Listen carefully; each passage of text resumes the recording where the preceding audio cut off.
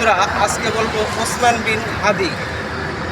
ওসমান শরীফ বিন ওসমান হাদি, তার কি দোষ ছিল যে তাকে মেরে ফেলতে হলো? তার দোষ কি ছিল? সে ইনসাফের পক্ষে কথা বলতো, সত্যের পক্ষে কথা বলতো, এই জন্য? নাহলে তার কি দোষ?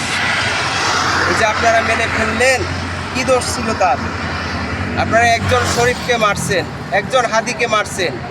এখন ঘরে ঘরে লক্ষ লক্ষ হাদির জন্ম হবে। সে খুবই ভালো একটি ছেলে ছিল, তার সাথে আমাদের সাক্ষাৎ হয় নাই, দেখা হয় নাই, কিন্তু তার কথায়, তার বাণীতে, তার কাজে কর্মে আমরা যতটুকু দেখেছি শুনেছি, তার প্রতি আমাদের ভালোবাসা জন্মে গেছে। তাই আমি বলবো, আপনারা ভুল করেছেন হাদিকে মেরে।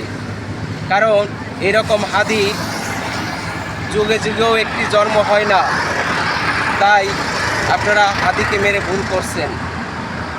দোয়া করব হাদি যেখানেই থাকুক, ভালো থাকুক, শান্তিতে থাকুক। কারণ তুমি সুখে থাকো, শান্তিতে থাকো, তোমার মতন অনেক হাদি আজ ঘরে ঘরে জন্মগ্রহণ করেছে এবং করবে। এবং তার পরিবারের প্রতি সান্ত্বনা জানাই, কারণ সান্ত্বনা দেওয়ার ভাষা তো আমাদের নাই। তারপরও যতটুকু পারি সান্ত্বনা জানাই। এবং হাদি, তুমি ভালো থাকো, সুখে থাকো, শান্তিতে থাকো, এই কামনা করি। আল্লাহ হাফেজ।